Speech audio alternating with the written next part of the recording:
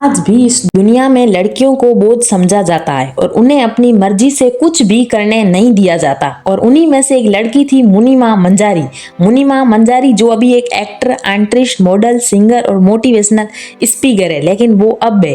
कुछ साल पहले ये क्या थी, इनके साथ क्या क्या हुआ, हम और आप सोच भी नहीं सकती।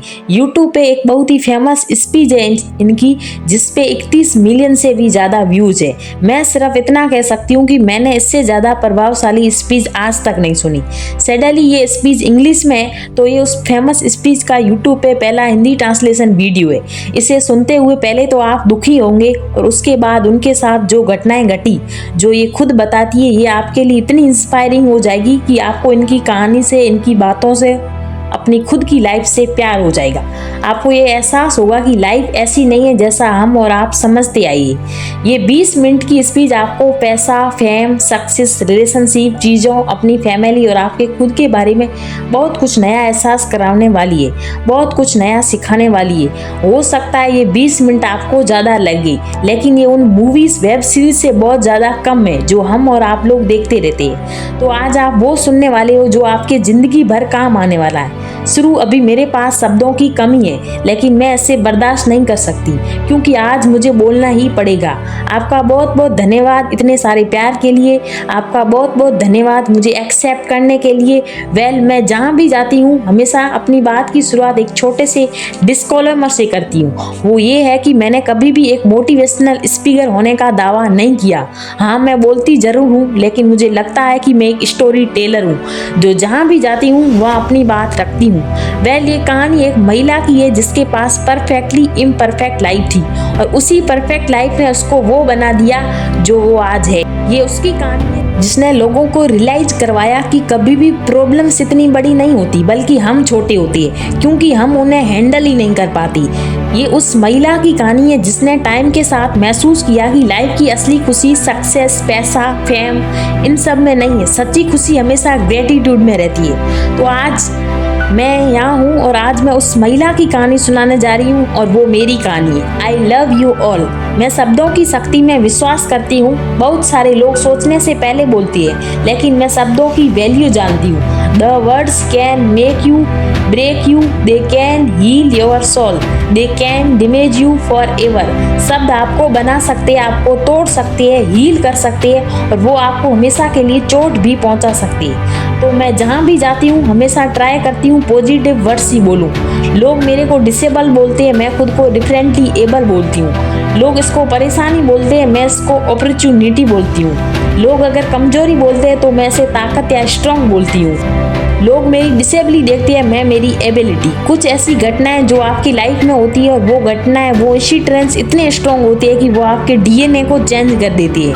वो इतने स्ट्रॉन्ग होते हैं कि वो आपको फिजिकली तोड़ देती है। They deform your body but they transform your soul, transform your life. वो आपकी बॉडी को खराब कर देंगे, लेकिन वो आपको पूरी तरह से बदल देंगे। वो इनसी ट्रेंड्स आपको तोड़ेंगे, खराब करेंगे, लेकिन वही आपको अपने बेस्ट वर्जन में डाल देंगी। और ये चीज़ मेरे साथ हुई, और मैं वो शेयर करने जा रही हूँ कि मेरे साथ एग्जैक्टली क्या हुआ था। मैं 18 साल की थी जब मेरी शादी हुई थी, और इंटरनेशनल लेवल पर ये चीज़ मैं पहली बार शेयर कर रही हूँ। मैं एक बहुत ही कंजर्वेटिव फैमिली से बिलोंग करती हूँ, जहाँ अच्छी बेटी उससे माना जाता है जो अपने पेरेंट्स को कभी किसी बात के लिए मना नहीं बोली। मेरे फादर चाहते थे कि मैं शादी करूँ, तो मैंने कहा कि अगर आपको खुशी मिलती है तो मेरी ओर से हाँ है। लेकिन ऑफकोर्स ये एक हैप्पी मैरिज नहीं थी। शादी के 2 साल बाद मेरा कार एक्सीडेंट हुआ, क्योंकि किसी तरह से मेरे हस्बैंड सो गए थे और कार गड्ढे में जा गिरी। वो तो जैसे तैसे कार के बाहर कूद गए और खुद को बचा लिया। I am happy for him. मैं उनके लिए खुश हूँ, लेकिन मैं कार के अंदर ही रह गई और मुझे बहुत सारी चोटें आई। लिस्ट बहुत लंबी है, डरिए मत, अभी मैं बिल्कुल ठीक हूँ। राइट टाइप की हड्डी फ्रैक्चर हुई, कलाई फ्रैक्चर हुई, शोल्डर की हड्डियां फ्रैक्चर हुई, पूरा रिब कैच फ्रैक्चर हुआ, और इसी के चलते मेरे लेग्स और लिवर बुरी तरह से डैमेज हुए। उस वक्त मैं सांस भी नहीं ले पा रही थी, इसलिए मैं जहाँ भी जाती हूँ मुझे बैग पहन के चलना पड़ता है। मेरा पूरा बैक बोन कस हो चुका था, जिसके चलते मैं पूरी जिंदगी के लिए अपाहिज हो गई। लेकिन इसी सब ने मेरी सोच, मेरी जिंदगी को पूरी तरह से बदल के रख दिया। तो ये एक्सीडेंट ऐसी जगह हुआ जहाँ पर ना कोई प्राथमिक उपचार था, ना एम्बुलेंस थी, ना कोई हॉस्पिटल था, कुछ भी नहीं था और मैं अकेली कार में फंसी हुई थी। फिर कुछ लोग मुझे बचाने आए, उन्होंने मुझे कार से बाहर निकाला और जब वो मुझे कार से उस हालात में बाहर निकाल रहे थे तो वो लोग ये बातें कर रहे थे कि इसे यहीं छोड़ दे क्या, वैसे भी ये मरने वाली है, हम क्या कर सकते हैं, यहाँ कोई एम्बुलेंस भी नहीं है। फिर कोई बोलता है कि वो गली में जीप खड़ी उसमें डाल के हॉस्पिटल ले जाते हैं, जो वहाँ से 3 घंटे की दूरी पे थी। और मुझे अभी भी याद है जब उन्होंने मुझे जीप के पीछे वाली साइड में फेंका और हॉस्पिटल ले आए और वहाँ फिर मुझे पता चला कि मेरी आधी बॉडी फ्रैक्चर हो चुकी है और आधी पैरालाइज। और फिर मैं उस हॉस्पिटल में 2.5 महीने तक पड़ी रही। मुझे कई सर्जरी से होकर गुजरना पड़ा।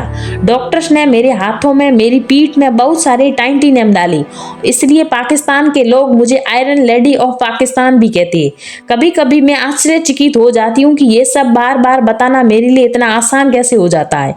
किसी ने सही कहा है कि अगर आप बिना रोए अपनी दास्तां लोगों के साथ शेयर कर पाते हो तो इसका मतलब अब आप उससे उबर चुके हो। हॉस्पिटल के वो 2-2.5 महीने मेरे लिए बहुत दर्दनाक रही।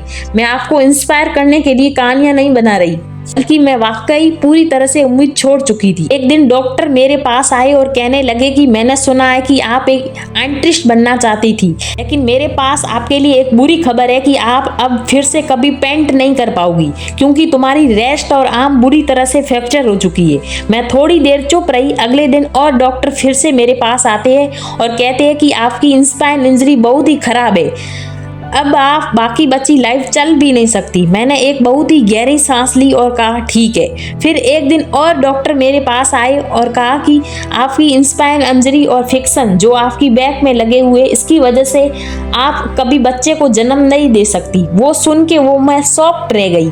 मुझे अभी भी याद है कि मैंने अपनी माँ से एक दिन पूछा मैं ही क्यों। वहीं से मैंने अपने आप से सवाल करना शुरू किया, अब मैं जिंदा भी क्यों हूँ, अब जिंदा रहने से मतलब ही क्या। मैं चल नहीं सकती, मैं पेंट नहीं कर सकती, फाइन नहीं, ठीक है, मैं माँ भी नहीं बन सकती। और महिला होने के नाते एक चीज हमेशा हमारे दिमाग में रहती है, बच्चों के बिना हम इनकम्प्लीट है, अधूरे है। तो अगर बाकी बच्ची मैं पूरी लाइफ अगर एक इनकम्प्लीट रहने वाली हूँ तो जीने का क्या पॉइंट। लोग डरे हुए थे कि इसको अब तलाक मिलेगा, इसके साथ अब क्या होगा। मैंने सोचा मैं ही क्यों और मैं अब भी जिंदा क्यों हूँ। हम सब लोग एक टनल का पीछा करते हैं, हम सब ये करते हैं क्योंकि हम टनल के उस और लाइट देखते हैं जो हमें जलाए रखती है। मेरे प्यारे दोस्तों, मेरी सिचुएशन में भी टनल है, मैं भी चल रही हूँ, लेकिन मुझे उस और कोई लाइट नहीं दिखाई दे रही। और इसलिए मुझे वहाँ से रियलाइज हुआ कि शब्दों में वो ताकत है जो मुझे ठीक कर सकती है। मेरी माँ ने मुझसे कहा कि ये वक्त भी चला जाएगा, भगवान के पास तुम्हारे लिए कुछ ना कुछ बड़ा प्लान है। मुझे नहीं पता वो क्या है, पर उसके पास जरूर है। तो फिर मैं अपने चेहरे पर वो स्माइल लाने की कोशिश करती जो असली नहीं थी। उस दर्द को छिपाना बहुत ही मुश्किल था जो उस वक्त हो रहा था, लेकिन मुझे बस इतना पता था कि मैंने गिव अप कर दिया तो मेरा भाई और मेरी माँ भी गिव अप कर देंगी और अपने साथ उनको रोते हुए नहीं देख सकती। एक दिन मैंने अपने भाई से कहा कि मुझे पता है मेरा हाथ टूटा हुआ है, लेकिन हॉस्पिटल की इन सफ़ेद दीवारों को देखते देखते मैं थक चुकी हूँ। मैं अपनी ज़िंदगी में कुछ रंग भरना चाहती हूँ, मैं कुछ करना चाहती हूँ, तो मुझे कुछ कलर्स और कुछ कैनवस ला के दो, मैं पेंट करना चाहती हूँ। तो पहली पेंटिंग जो मैंने बनाई थी वो उसी बेड पे पड़े हुए बनाई जिस पर डॉक्टर ने मुझे आके बोला था कि तुम कभी पेंट नहीं कर सकती। ये एक बस पेंटिंग या मेरा पैशन नहीं था, ये मेरी थेरेपी थी। बिना एक शब्द भी बोले मैं अपनी स्टोरी उस पेंटिंग के जरिए उतार रही थी और लोग आके अक्सर बोलते कि कितनी खूबसूरत पेंटिंग है, लेकिन कोई भी उसमें मेरा दुख नहीं देख सकता था, सिर्फ मैं देख सकती थी। और इसलिए मैंने अपने 2-2.5 महीने हॉस्पिटल में बिताए रोते हुए, पेंट करते हुए। और फिर एक दिन मुझे हॉस्पिटल से डिस्चार्ज किया गया और मैं वापस घर लौटी। मेरी बॉडी में अभी भी बहुत सारे इन्फेक्शन थे, बहुत सारी एलर्जीज थी, मैं सीधा बैठ भी नहीं सकती थी। डॉक्टर्स ने मुझे सिर्फ बेड पे सीधा सोए रहने को कहा और इस तरह मैं 2 साल तक एक ही कमरे में पड़ी रही और ये सोचती हुई कि कभी मैं भी अपनी फैमिली के साथ नेचर का लुत्फ उठा पाऊंगी। और उस वक्त ये एहसास हुआ कि ये लोग कितने लकी है, लेकिन वो इस चीज़ को रियलाइज नहीं कर पाते। और उस वक्त मुझे फील हुआ मैं अपना दर्द हर किसी के साथ शेयर करके उन्हें एहसास कराऊंगी कि वो कितने लकी, कितने भाग्यशाली है, लेकिन फिर भी वो इसे देख नहीं पाते। हमारी लाइफ में कभी ना कभी कोई टर्निंग पॉइंट आता ही आता है। 2 साल और 2-2.5 महीने के बाद मैं व्हील चेयर पर बैठने के काबिल बनी। जिस दिन मैं पहली बार व्हील चेयर पर बैठी, ये जानते हुए कि मैं बाकी बची लाइफ चल नहीं सकती, तब मैंने खुद को आईने में देखा और खुद से बात की। मुझे अभी भी याद है मैंने खुद से क्या कहा, मैं किसी ऐसे चमत्कार का इंतजार नहीं कर सकती जो आए और चलने में मेरी हेल्प करी। मैं घर के किसी कोने में बैठकर रो नहीं सकती, मैं जैसी हूँ मेरे को अपने आप को एक्सेप्ट करना पड़ेगा। तो उस दिन मैंने पहली बार लिपस्टिक लगाई, लेकिन फिर मैंने उसे उतार दिया और मैं रोने लगी। खुद से बोला ये मैं क्या कर रही हूँ, व्हील चेयर पर बैठे इंसान को ये करने की कहाँ जरूरत है, लोग क्या कहेंगे। लेकिन कुछ ही देर बाद मैंने इसे वापस लगाई और इस बार मैंने खुद के लिए लगाई, क्योंकि मैं अंदर से परफेक्ट फील करना चाहती थी। और उस दिन मैंने डिसाइड किया अब मैं सिर्फ अपने लिए जिंदगी जीऊंगी, मैं अपने डरों से लड़ूंगी। हम सब में कई तरह के डर होते हैं, fear of unknown, fear of non, fear of losing people, fear of losing money. हम अपने करियर में अच्छा करना चाहते हैं, हम फेमस होना चाहते हैं, हम पैसा बनाना चाहते हैं, इसलिए हम हर समय डरे हुए रहते हैं। एक एक करके मैंने उन सारे डरों को लिखा और मैंने ठान लिया एक दिन मैं इन सारे डरों को जीत लूंगी। क्या आपको पता है मेरा सबसे बड़ा डर क्या था? डिवोर्स। मैं इस सब को बर्दाश्त भी नहीं कर सकती। मैं उस इंसान को छोड़ना नहीं चाहती थी जो मुझे अब नहीं चाहता था। लेकिन फिर मुझे जब इस बात का एहसास हुआ कि ये कुछ और नहीं बल्कि मेरा डर है, तो फिर मैंने उसे जाने दिया। मैंने खुद को इमोशनली इतना स्ट्रॉन्ग बना दिया। जब मुझे इस बात का पता चला कि उसकी शादी होने जा रही, तो मैंने उसे टेक्स्ट भी किया, I am happy for you, wish you all the best. और वो जानता है कि मैं उसके लिए आज भी प्रार्थना करती हूँ। मेरा दूसरा सबसे बड़ा डर था कि अब कभी दोबारा माँ नहीं बन पाऊंगी, और ये बहुत ज्यादा परेशान करने वाली चीज थी। लेकिन फिर मुझे रियलाइज हुआ कि दुनिया में बहुत सारे बच्चे हैं जो सिर्फ एक्सपीरियंस चाहते हैं, तो रोने से कोई मतलब नहीं है, जाकर किसी को गोद लेना चाहिए। और फिर मैंने यही किया। मैंने अपना नाम अलग अलग संस्थाओं और अलग अलग अनाथ घरों में दिया, लेकिन उसमें मैंने ये मेंशन नहीं किया कि मैं व्हील चेयर पर हूँ और एक बच्चे के लिए मर रही हूँ। मैंने सिर्फ इतना बताया कि मैं मुनीमा मंजारी हूँ और एक लड़की या लड़के को गोद लेना चाहती हूँ। और फिर मैंने धैर्य के साथ इंतजार किया। 2 साल बाद मेरे पास एक कॉल आता है। मैंने कॉल को पिक किया और सामने से आवाज आती है, क्या आप मुनीमा मंजारी हो? यहाँ पर एक लड़का है, क्या आप उसे अडॉप्ट करना चाहती हो? मैंने कहा हाँ, मैं उसे अडॉप्ट करना चाहती हूँ और मैं उसे लेने आ रही हूँ। जब मैं वहाँ पहुंची तो एक आदमी वहाँ बैठा हुआ था और पहले तो उसने मेरे को ऊपर से नीचे तक देखा। मेरे दिमाग में चल रहा था कि ये भगवान, ये सोच रहा होगा कि ये खुद तो व्हील चेयर पर है, ये इस बच्चे के लायक नहीं है, ये इसका ख्याल कैसे रखेगी।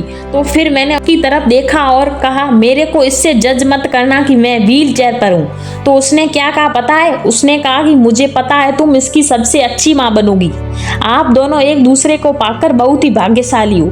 तब वो बच्चा 2 साल का था और आज 6 साल का है। तो मेरे तीसरे सबसे बड़े डर के बारे में जानकर हैरान हो जाओगी। ये था लोगों को फेस करना। मैं अपने आप को लोगों से छिपाती रहती थी। मैं उन 2 सालों में बेड पर थी तो मैं अक्सर दरवाजा बंद रखा करती थी। जब कोई आता तो सोने का नाटक करती और कहती उन्हें जाकर कह दो कि वो सोई हुई है और मिल नहीं सकती। पता है क्यों? क्योंकि मैं उनकी संपत्ति, उनकी सहानुभूति बर्दाश्त नहीं कर सकती थी जो उनके पास हमेशा मेरे लिए होती थी। सब लोग मेरे से एक मरीज की तरह बर्ताव करते थे। जब मैं मुस्कुराती तो वो लोग मेरी ओर देखकर बोलते कि तुम मुस्कुरा रही हो, क्या तुम ठीक हो? Are you sick? मैं इस सवाल को सुन सुनकर थक चुकी थी और कल ही एक लेडी ने मुझे एयरपोर्ट पर यह सवाल पूछा कि आर यू सिक? तो मैंने बोला बस स्पाइन कोड अंजलि को छोड़कर मैं एकदम ठीक हूँ। पर असल में वो बहुत ही प्यारे सवाल थे, लेकिन जब मैं बिस्तर पर थी तो वो मुझे प्यारे नहीं लगते थे। तो अक्सर मैं अपने आप को लोगों से छिपाए रहती थी। और आज मैं यहाँ तुम सब लोगों से बात कर रही हूँ क्योंकि मैंने उस डर पर जीत पा ली है। जब आप अपने आप को एक्सपीरियंस देते हो, स्वीकार करते हो, चाहे आप कैसे भी हो, तो फिर दुनिया भी आपको मान्यता देने लगती है। ये सब पहले खुद के अंदर से शुरू होता है। मैं UN वुमेन पाकिस्तान की नेशनल गुडविल एम्बेसडर बनी। मैं बच्चों और महिलाओं के अधिकारों के लिए बोली। मैं BBC 100 वुमेन 2015 में फ्यूचर हुई। मैं फोर्ब्स 13 2016 में भी हुई। और ये सब अकेले नहीं हुआ। तुम सब अपने करियर बनाने की कोशिश में लगे हुए हो। तुम्हारे पास जिंदगी में बड़े सपने, बड़ी तमन्नाएं। बस हमेशा एक चीज याद रखना, सफलता के रास्ते में हमेशा हम होता है, न कि मैं। ये कभी मत सोचना कि तुम अकेले कुछ अचीव कर सकते हो। नो, हमेशा कुछ दूसरे इंसान होते हैं जो हमेशा आपके पीछे खड़े रहते हैं। हो सकता है वो आगे नहीं आए, लेकिन हमेशा आपके पीछे खड़े रहते हैं, आपके लिए प्रार्थनाएं करते हुए, आपको सपोर्ट करते हुए।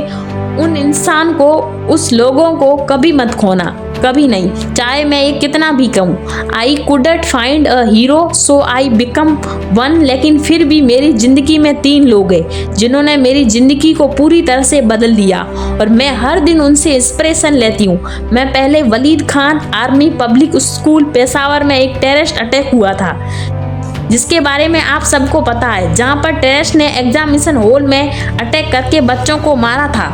और उस दिन वो बच्चा वलीद खान, जो मेरा रियल लाइफ हीरो है, वो एग्जामिनेशन हॉल में बच्चों का ध्यान रख रहा था। उन लोगों ने 3 बार इसके चेहरे पर, 5 बार इसकी बॉडी पर शूट किया।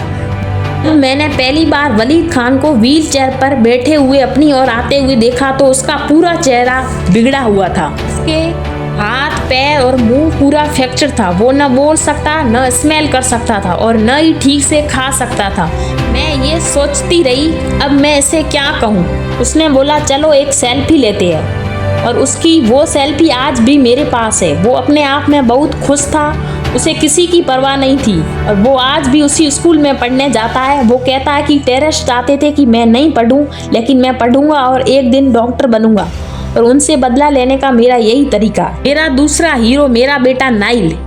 मैंने इस बच्चे से बहुत कुछ सीखा। सबसे पहले पैसिस्ट, हाउ टू बी पैसिस्ट। ऐसे वक्त में पैसिस कैसे रखें जब आप जानते हो कि आपकी माँ चल नहीं सकती, आपके साथ बाहर खेल नहीं सकती। ऐसी स्थिति में भी शांत कैसे रही, ये मुझे मेरे बच्चे ने सिखाया। वो फुटबॉल से बहुत प्यार करता था। जब हमने पहला उससे फुटबॉल दिलाया तब वो 4 साल का था, और मुझे आज भी याद है, एक दिन रूम में आया और मुझसे बोला कि चलो मॉम फुटबॉल खेलते हैं। उसने फुटबॉल को मेरे पैरों के सामने रखा और बोला कि चलो इससे किक करो। उस दिन मैंने खुद को डिसेबल फील किया। मैंने बोला कि मैं बॉल को किक नहीं मार सकती, तो उसने बोला चलो कोई बात नहीं, आपके पैर काम नहीं कर रहे लेकिन हाथ तो काम कर रहे हैं, चलो बॉल से कैच खेलते हैं। यू नो, उस दिन मुझे रियलाइज करवाया कि जब भी आपको लगे कि आपका गिलास आधा खाली है तो ये भी देखना कि आधा भरा हुआ है। हमेशा पॉजिटिव रहिए। लास्ट बट नॉट लिस्ट, तीसरी सबसे बड़ी इंस्पिरेशन एक महिला जिसने मुझे रियलाइज करवाया कि हीरो का कोई जेंडर नहीं होता, जिसने मुझ पर उस वक्त भी भरोसा किया जिस वक्त मैं पूरी तरह निराशा में डूबी हुई थी, जिस वक्त सब कोई मुझे छोड़ चुका था, but she was always there for me. वो हमेशा साथ खड़ी रही। जब भी मैं उनकी तरफ देखती तो वो अक्सर कहा करती थी कि ये वक्त भी चला जाएगा, God has better plan for you. ऊपर वाले के पास तुम्हारे लिए कुछ ना कुछ बड़ा है, और ये चीज तुम एक दिन खुद बोलोगी। और वो थी मेरी माँ। मैं आज जो कुछ भी हूँ सिर्फ उनकी वजह से हूँ। थैंक यू माँ, मुझे वो बनाने के लिए जो मैं आज हूँ। काश ये देखने के लिए आप यहाँ होती। पता है क्यों? हम इंसानों की प्रॉब्लम क्या है, और ये एक ऐसी प्रॉब्लम है जो हमने खुद ने खुद के लिए बना डाली है। वो ये है कि हम लाइफ से एक्सपीरियंस ज्यादा रखते हैं। हम चाहते हैं कि सब चीजें हमारे मन मुताबिक हो। ये मेरा काम है और ये प्लान मेरे मुताबिक होना ही होना चाहिए। अगर वैसा नहीं होता है तो हम उसे छोड़ देते हैं। मेरे प्यारे दोस्तों, मैं कभी भी व्हील चेयर पर बैठना नहीं चाहती थी। मैंने कभी नहीं सोचा था कि ऐसा कुछ होगा। मैं हमेशा से बड़ी चीजें करना चाहती थी। मैंने कभी नहीं सोचा था कि इसके लिए मुझे ये कीमत चुकानी पड़ेगी। ये जिंदगी एक टेस्ट एंड टनल की तरह है, और टेस्ट एंड टनल कभी भी आसान नहीं होती। गलती आपकी है क्योंकि आप लाइफ से आसान होने वाली चीजें एक्सेप्ट करती हो। तो लाइफ से कभी ज्यादा एक्सपीरियंस मत रखिए कि ये चीज होनी ही होनी चाहिए। आप डरते हो तो भी कोई बात नहीं, आप रोते हो तो भी कोई बात नहीं, इंटरेस्ट ओके, लेकिन हार मान लेना ये चीज नहीं होनी चाहिए। लोग कहते हैं कि फेलर एक ऑप्शन होना ही होना चाहिए। मैं कहती हूँ कि फेलर जरूर एक ऑप्शन होना चाहिए, क्योंकि जब आप हारोगे तब आप फिर से उठोगी, फिर आप फेल होंगे, फिर से उठोगी, और इसी से एक इंसान स्ट्रांग बनता है। तो फेलर एक ऑप्शन होना ही होना चाहिए, लेकिन हार मान लेना बिल्कुल भी नहीं। हम सब लोगों के दिमाग में एक चीज होती है जिसे परफेक्शन कहते हैं। हम सब कुछ परफेक्ट चाहते हैं, खुद को परफेक्ट चाहते हैं। परफेक्ट लाइफ चाहते हैं, परफेक्ट करियर बनाना चाहते हैं, perfect relationship, perfect amount of money, लेकिन इस दुनिया में कुछ भी परफेक्ट नहीं है। हम सब परफेक्टली इम्परफेक्ट है और ये भी परफेक्टली सही है। आप दुनिया में परफेक्ट बनने के लिए नहीं भेजे गए। वो लोग जो आपको परफेक्ट कैसे बनाना है ये बताते हैं, वो लोग भी इम्परफेक्ट है। तो परफेक्ट बनने के लिए इस डर से लड़ो। मुझे याद है जब मैं भी परफेक्ट थी तो लोग मेरी तारीफ करते थे कि तुम अच्छी हो, तुम लंबी हो, यू आर परफेक्ट। लेकिन अब मुझे देखो, तुम्हें लोगों के लिए अच्छा नहीं दिखना, तुम्हें इसलिए परफेक्ट नहीं बनना कि लोग ये सोचते हैं। अगर आपकी आत्मा अंदर से परफेक्ट है तो सब ठीक है। हम इस चीज़ की बहुत ही फिक्र करते हैं कि लोग क्या कहेंगे। हम अपने आप की बहुत ही कम लेकिन बाकी लोगों की ज़्यादा सुनते हैं। जब आप किसी की स्माइल का कारण बनते हो, जब आप अपने आसपास के लोगों के लिए कुछ अच्छा करते हो, जब आप किसी का दर्द फील कर सकते हो, यही चीज़ें जो आपको परफेक्ट बनाती है। मैं जहाँ भी जाती हूँ मेरे चेहरे पर हमेशा स्माइल रहती है। लोग मुझसे पूछते हैं कि तुम हर वक्त स्माइल करते हो, इससे थकती नहीं हो, क्या सीक्रेट है? मैं सिर्फ एक चीज बोलती हूँ कि मैंने उन चीजों के बारे में चिंता करना बंद कर दिया जो मैं खो चुकी हूँ। जिन लोगों को मैं खो चुकी हूँ, चीजें और लोग मेरे साथ होने चाहिए थे वो मेरे साथ है। और कभी किसी अनुपस्थिति किसी की ऐसी सी आपको अच्छा इंसान बनाती है।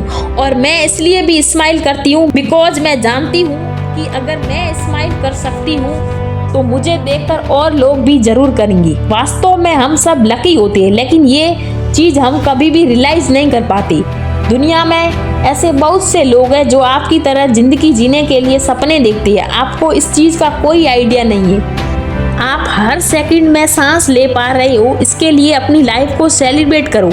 हम दिन के एक ही रूटीन में अपनी लाइफ के 75-80 साल निकाल लेते हैं और हम उसे लाइफ कहते हैं। अगर आप अभी तक ये सोचते रहते हो कि मैं यहाँ क्यों हूँ, मेरे साथ ये क्यों हो रहा है, अगर आप अभी इसी तरह से कंप्लेन करते रहते हो तो तुमने अब तक जिंदगी जी ही नहीं। आप अपने लिए बहुत मेहनत करते हो, अपने लिए पैसे बनाते हो, सब आप अगर अपने लिए करते हो तो ये जिंदगी नहीं है। आप बाहर जाके ऐसे लोगों को ढूंढते हो जिन्हें कुछ मदद की जरूरत है, आप उनकी लाइफ किसी तरह से बेहतर बनाती हो।